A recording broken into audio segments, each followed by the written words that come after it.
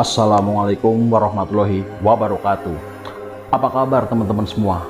Semoga teman-teman dalam keadaan baik-baik saja tentunya. Semoga teman-teman dilimpahkan rezeki dan diberi kesehatan selalu. Untuk teman-teman jangan lupa like, komen, subscribe, dan tekan tombol loncengnya.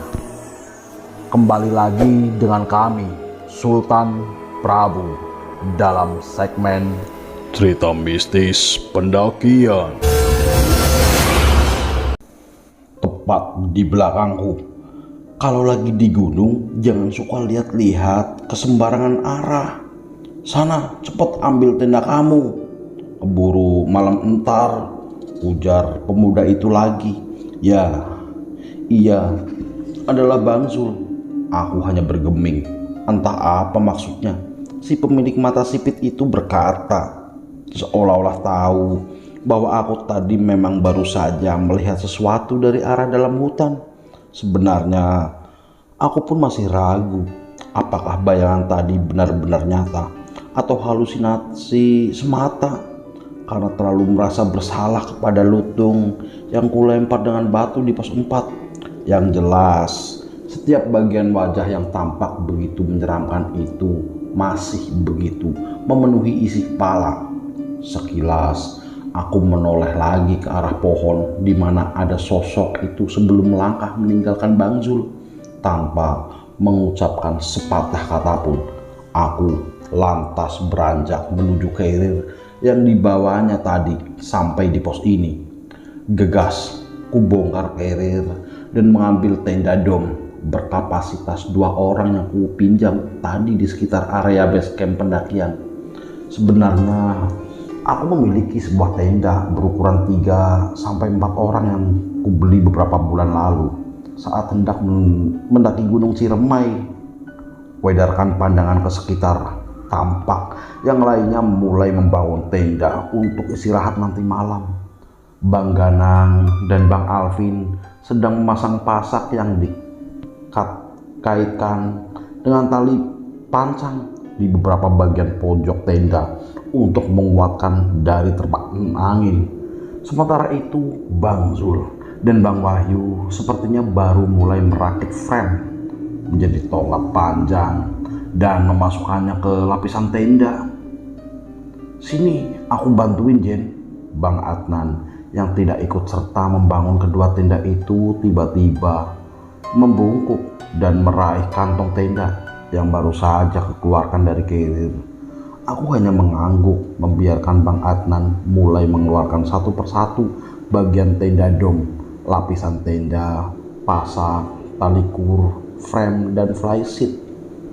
Loh, ini framenya cuma satu doang. Apa kamu sengaja nyimpen di luar tenda, Jen?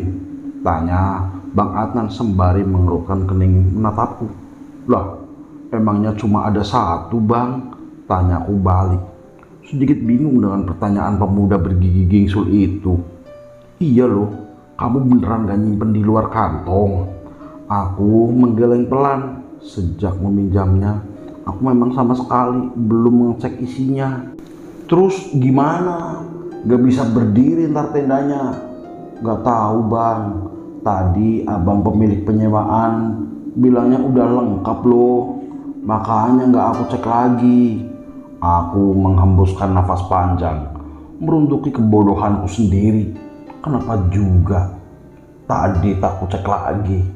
Kalau seperti ini, tentu tendaku benar-benar tak bisa didirikan. Kenapa, Nan? Tiba-tiba Bang Alvin yang baru saja selesai membangun tenda datang menghampiri. Ia melirik ke arahku dan Bang Adnan yang sama-sama sedang kebingungan. Ini, Vin, tendanya Jenny cuman ada satu frame, gak bakal bisa berdiri ntar. Kalau patah mah bisa disambung atau diikat. Nah, ini gimana coba? Beber Bang Adnan. Ya udah, nanti Jenny tidur di tendanya Zul aja, usul Bang Alvin tiba-tiba. Seketika aku tersedak salivaku sendiri. Aku tidur di tenda Bang Zul. Apa Bang Alvin tidak bercanda? Gak apa-apa kan Zul, Tanya Bang Alvin sambil sedikit berteriak. Bang Zul yang masih sibuk membangun tenda pun menoleh dengan memasang wajah bingung. Kenapa, Vin? Tanyanya sembari menatap ke arah kami. Tenda Jenny nggak bisa dibangun. Dia antar tidur di tenda kalian aja ya. Hah? Wajah Bang Zul seketika berubah seperti begitu terkejut. Sama sepertiku tadi. Ia lantas berjalan menghampiri kami. Kok gitu? Tanyanya. Ya mau gimana lagi Sul? Masa iya kita mau ngebiarin Jenny tidur di luar? Gak mungkin juga kan kita suruh Jenny tidur di tenda pendaki lain. Kalau dia apa-apain gimana? Bang Zul tampak sedikit melirikku sambil memincangkan sebelah mata. Sungguh terlalu jika mereka benar-benar menyuruhku tidur di tenda pendaki lain yang sama sekali tak kukenal. Setelah terlibat percakapan panjang, akhirnya Bang Zul mengiyakan ucapan Bang Alvin agar aku ikut tidur di tendanya. Jangan cerewet, gak usah kebanyakan cerita atau ngobrol yang gak jelas. Kalau udah ngantuk langsung tidur aja biar gak tambah capek. Terus kamu tidurnya di pinggir sana, kasih jarak yang jauh, soalnya aku tidur di tengah. Jangan sampai nempel atau dekat-dekat. Ku pincingkan sebelah mata mendengarkan semua ucapannya. Ia memintaku agar tak cerewet, tetapi malah ia sendiri yang bersikap cerewet. Banyak permintaan dan siapa juga yang hendak menempel ke dirinya. Terlalu GR. Ku ambil sleeping bag yang tersimpan di bagian dasar carrier, lalu mulai memakainya untuk menutup sekujur tubuh. Di sampingku, Bang Zul dan Bang Wahyu pun sudah terlebih dahulu memakai kantung tidur yang sama dengan warna yang berbeda. Bang Wahyu sudah terlelap dengan sepasang headset terpasang di kedua telinga, sementara Bang Zul baru mulai merebahkan diri. Dengan kedua tangan ia sedekapkan di luar sleeping bag yang dipakainya. Ia lantas memejamkan mata. Aku menghembuskan nafas panjang. Kenapa juga aku ditempatkan dalam tenda dengan orang-orang cuek dan dingin seperti mereka? Kalau tadi aku satu tenda dengan Bang Adnan atau kedua pemuda lainnya, tentu aku tak akan merasa bosan seperti ini. Kulirik jarum di arloji yang terpasang di tangan kanan. Sudah pukul 21.15. Aku menoleh sejenak ke arah dua pemuda yang berbaring di sampingku, memastikan apakah mereka benar-benar sudah tidur atau belum. Saat aku sedang memperhatikan wajah Bang Zul, tiba-tiba kedua kelopak matanya terbuka dan sedikit melirikku. Sejenak kami saling berpandang. Aku dibuat terkesiap saat Bang Zul tiba-tiba membuka mata dan melirik ke arahku. Sejenak kami saling pandang tanpa sepatah kata pun terlayang. Ini pertama kalinya aku melihat ada sesuatu yang lain dari wajah Kang Ceramah itu. Ia yang seringkali terlihat dingin dan menyebalkan, entah kenapa ini tampak begitu tampan dan mendamaikan. Jujur, aku bingung sendiri dengan apa yang saat ini kurasakan. Kedua bola matanya yang teduh seolah-olah menusuk jauh ke dalam lubuk hati. Seperti ada kupu-kupu berterbangan pada jarak yang tercipta di antara kami berdua. Di tengah irama hujan dan kian melemah, degup jantungku justru semakin berdegup tak karuan. Kenapa lihat-lihat? Sentak Bang Zul tiba-tiba dengan raut wajah kembali menjadi menjengkelkan. Ia sempat membulatkan mata sebelum akhirnya mengalihkan pandangannya menatap langit-langit tenda. Aduh Rinjani, kenapa jadi baper seperti ini? Gegas aku menggeleng, menyadarkan diri dari pikiran dan perasaan absurd yang sempat menghampiri. Terdengar tawa kecil dari mulut Bang Zul. Ia lantas melirik ke arahku. Jadi siapa yang GR? Sinisnya. Aku memanyunkan bibir, memutar bola mata malas. Benar-benar menjengkelkan. Keputusan untuk memejamkan mata saja daripada semakin kesal dengan setiap ucapan Kang Ceramah itu. Lebih baik aku berkelana ke alam mimpi. Beberapa menit terpejam, kurasakan seperti ada sesuatu yang mendesak ingin keluar dari saluran kemih di bawah sana. Aku mendengus kesal. Di saat seperti ini, kenapa hasrat ingin mengeluarkan sisa cairan dari ginjal tiba-tiba kembali membuncah? Malam sudah semakin larut. Rintik hujan di luar sana pun belum juga reda. Meskipun tak sederas sebelumnya, namun tetap saja nyaliku terlalu ciut untuk melakukan aktivitas urinasi di tengah gunung seperti ini sendirian. Aku pun membuka mata, kembali mengamati kedua pemuda yang sedang terpejam dalam kantong tidur berbentuk seperti kepompong. Ada keinginan untuk membangunkan salah satu dari mereka dan memintanya menemaniku, walau sejujurnya aku ragu dan tentu saja merasa malu. Beberapa detik menunggu, tak ada tanda-tanda salah satu dari mereka hendak membuka mata. Bang Wahyu nampak begitu lelap dengan dengkuran kecil yang keluar dari mulut yang sedikit menganga. Bang Zul, ia masih tidur dengan posisi yang sama seperti sebelumnya. Aku menghembuskan nafas panjang.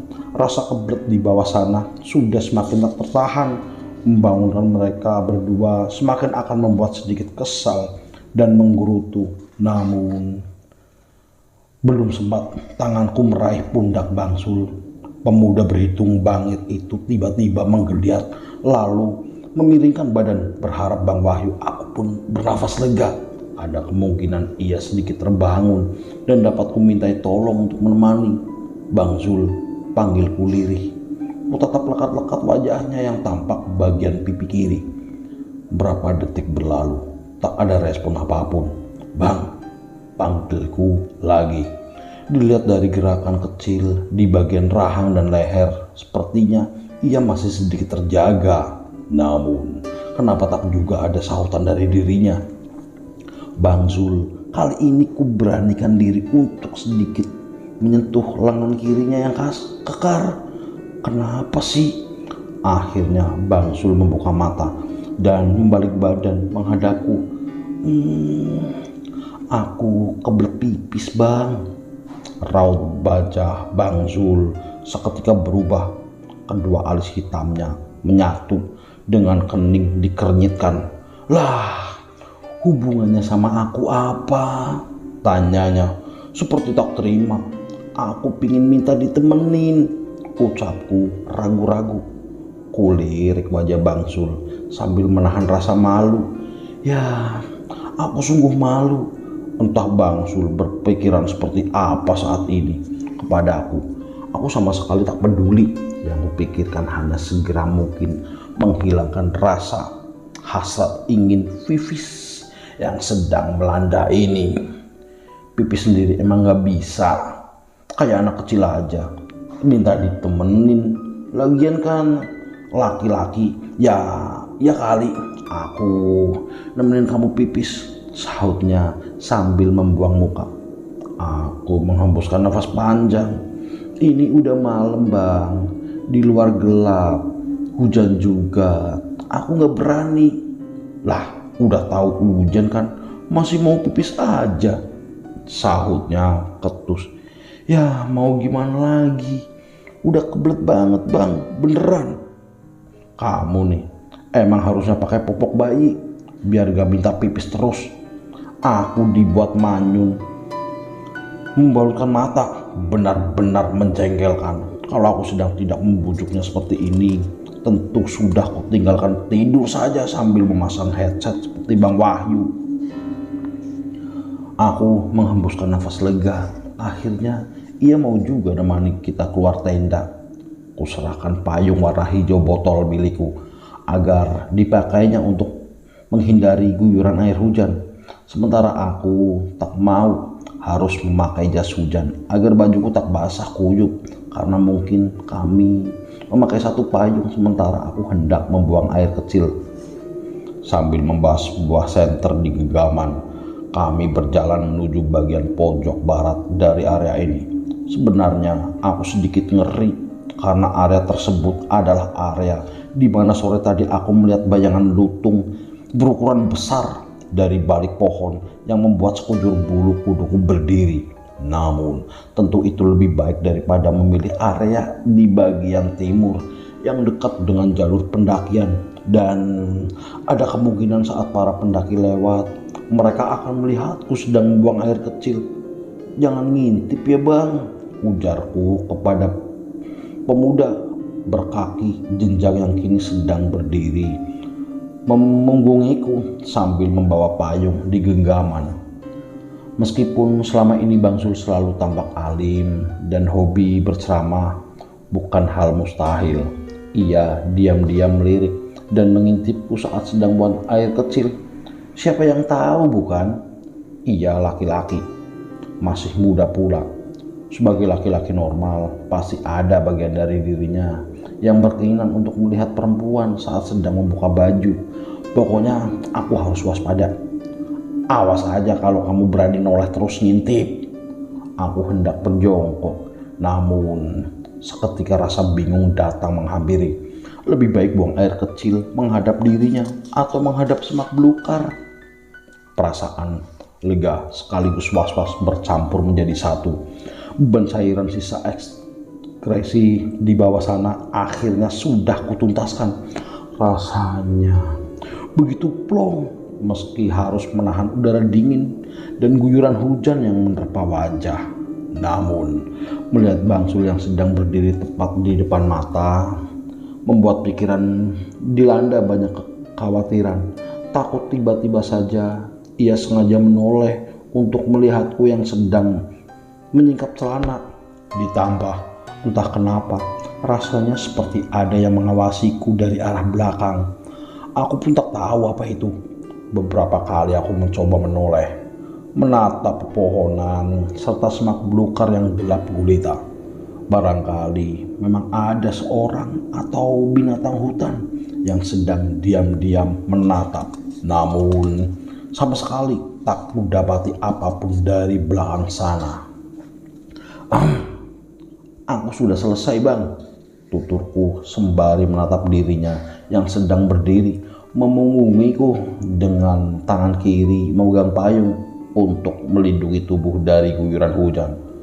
Baru saja hendak melangkah, tiba-tiba aku merasakan seperti ada sepasang telapak tangan yang mencengkram kaki kananku begitu kuat, membuat langkahku seketika berhenti karena tak bisa kugerakkan.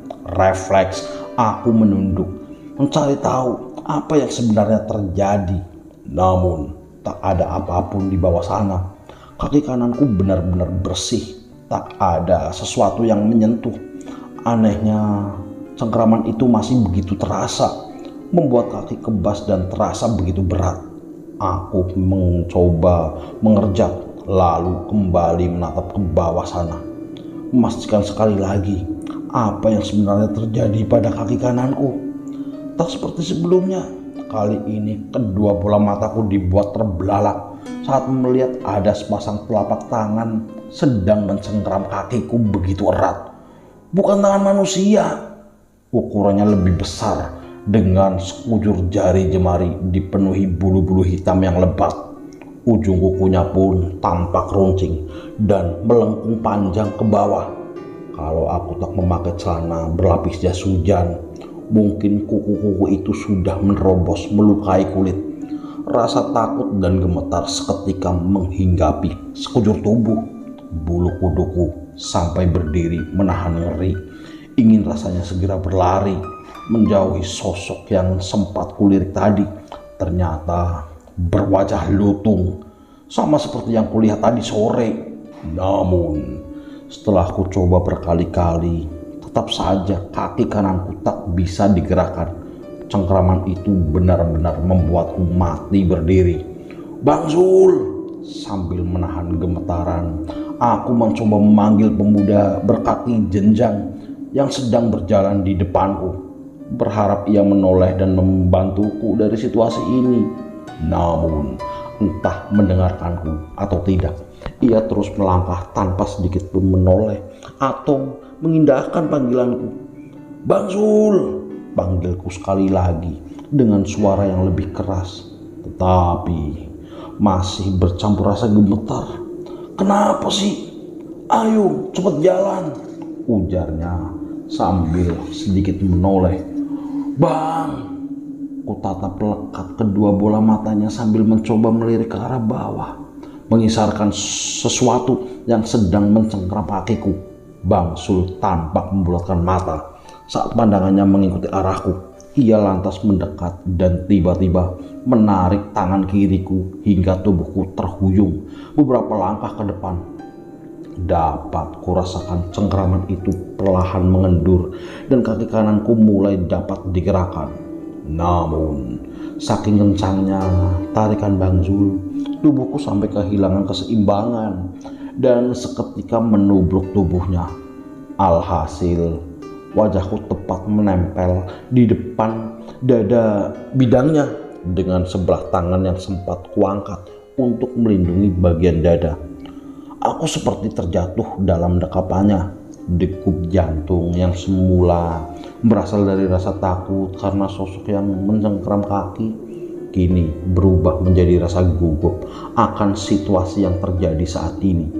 Sama halnya denganku, gugup jantung Bang Zul pun terdengar sama memburunya denganku.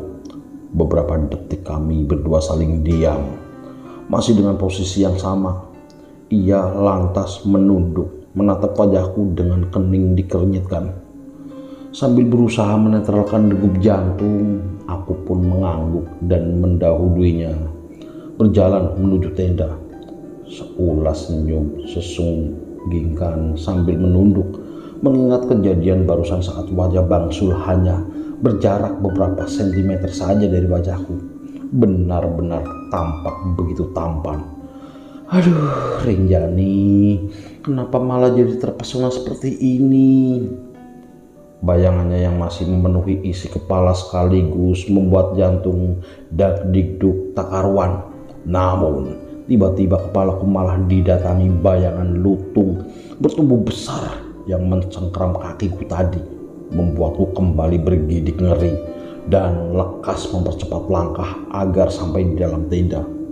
Kini aku sudah kembali memakai sleeping bag untuk bersiap tidur. Di sampingku, Bang Sul pun sudah memakai kantong tidur yang sama dan bersiap untuk terpejam. Ada keinginan untuk memulai pembicaraan agar hening tak semakin menciptakan rasa canggung di antara kami. Ku beranikan diri untuk menanyakan hal ini kepadanya. "Bang Sul, tadi kamu lihat sesuatu yang ada di kakiku kan?" tanyaku sambil memiringkan badan menghadap ke dirinya. "Sesuatu apa?" "Gak ada apa-apa, cepet tidur aja, gak usah mikirin yang macem-macem," ujarnya tanpa sedikit pun menoleh ke arahku. Ia lantas mengeratkan sleeping bag dan meminggirkan badan memunggungiku. Kuputuskan untuk memejamkan mata saja daripada semakin kepikiran dengan sosok menyeramkan tadi. Baru beberapa menit terpejam, kurasakan seperti ada seorang yang memanggil namaku. "Rinjani, Rinjani, Rinjani." Suara itu begitu berat dan sedikit serak, seperti suara seorang laki-laki yang kehabisan nafas atau sedang dalam keadaan tercekik. "Rinjani." Sesuatu itu datang lagi, membuatku terkesiap dan langsung membuka mata. Kuedarkan pandangan ke sekitar. Sepertinya aku tadi tidur satu tenda sama Bang Zul dan Bang Wahyu. Kenapa sekarang di tenda ini hanya ada aku seorang?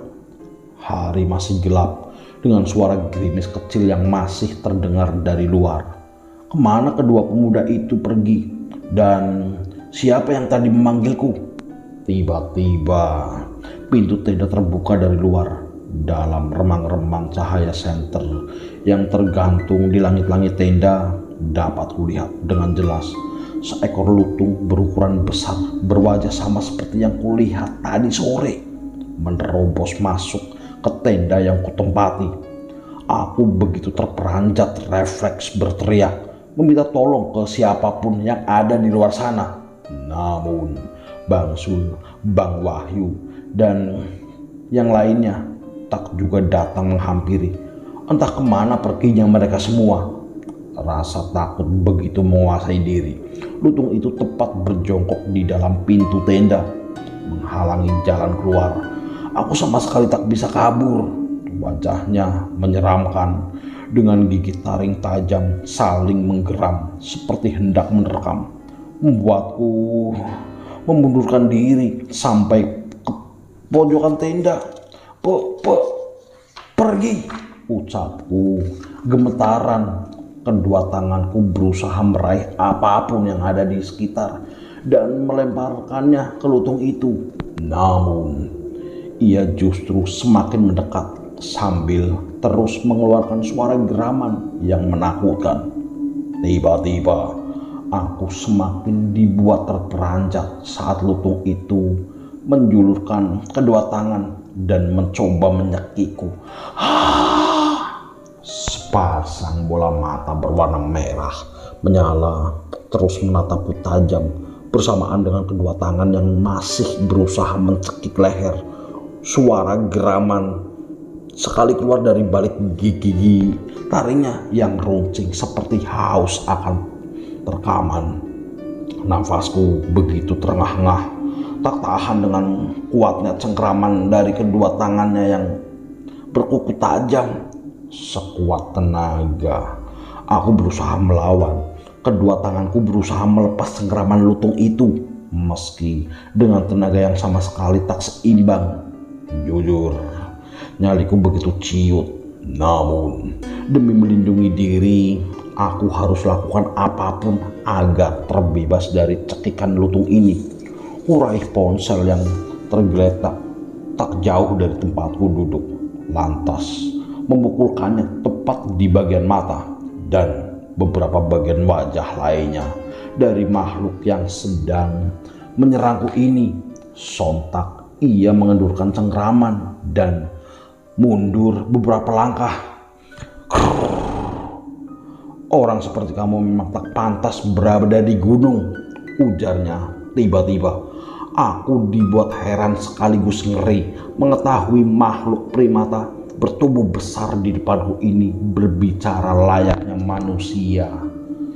Berbagai sangkaan merasuk ke dalam pikiran.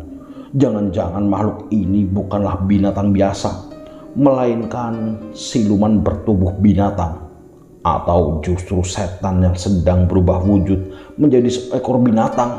Darah haus, darah dibalas dengan darah, dan nyawa harus dibalas juga dengan nyawa. Ucapan lutung disertai geraman itu semakin membuatku bergidik ngeri.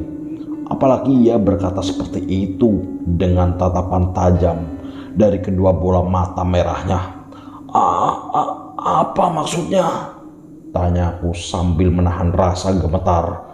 Darah yang sudah kamu goreskan pada teman kami akan kugoreskan juga pada wajah kamu, ujarnya dengan suara penuh penekanan.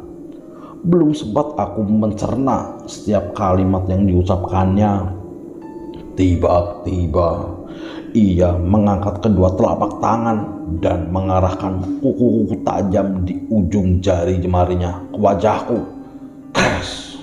Darah segar dari kedua pipi mengalir bersama dengan rasa perih yang begitu menyiksa kulit. Hampir saja aku menangis, tak tahan dengan rasa sakit seolah cakaran yang digoreskan lutung itu. Ampun, jangan sakiti aku, lirihku sambil menangkupkan kedua tangan di depan wajah. Bekas cekikan di leher yang belum sepenuhnya hilang, ditambah dengan rasa perih dari luka cakaran di kedua pipi, benar-benar membuatku tersiksa dan begitu kesakitan. Aku benar-benar tak tahan, namun ingin melawanku. Tubuh Lutung itu jauh lebih besar dan lebih kuat dibanding diriku. Tolong, tolong. Sekuat tenaga aku berteriak, berharap Bang Sul, Bang Alvin, atau yang lainnya mendengar dan mau datang menolongku dari serangan makhluk menyeramkan ini. Namun sama sekali tak ada tanda-tanda keberadaan atau kedatangan mereka ke tenda ini. Di saat genting begini, kemana perginya mereka semua? Apa mereka meninggalkanku demi meraih puncak?